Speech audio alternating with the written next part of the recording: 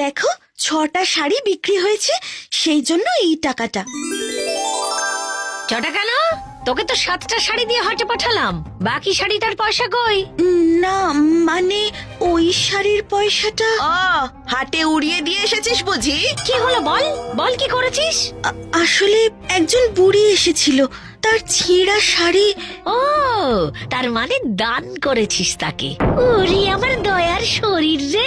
না গো দিদি, উনি এমনি এমনি নেননি, আমাকে তার পরিবর্তে এই ফুলদানিটা দিয়েছে।